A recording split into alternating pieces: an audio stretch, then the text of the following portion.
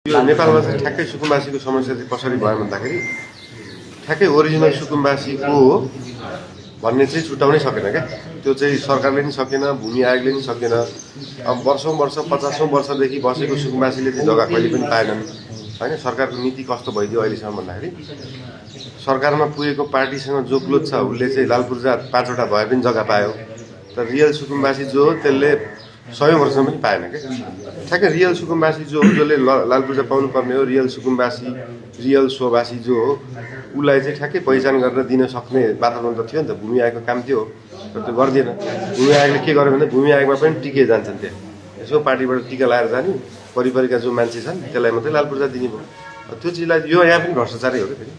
त्यसलाई चाहिँ ठ्याक्कै छुट्याएर अब यो चाहिँ रियल हो, हाम्रो चाहिँ ठ्याक्कै पहिलेदेखि बस्नुभएको त्यो वरिपरि चिन्जानको आधारबाट पनि थाहा हुन्छ नि त।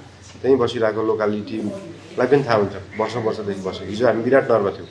विराटनगरमा त्यो बाढी क्षेत्रमा के रहेछ भन्दाखेरि त्यहाँ चाहिँ रियल सुकुम्बासी हो कि 50औं 60औं 70औं वर्षदेखि बसेको। त्यहाँको चाहिँ रियलले चाहिँ कहिले नपाउँदो रहेछ।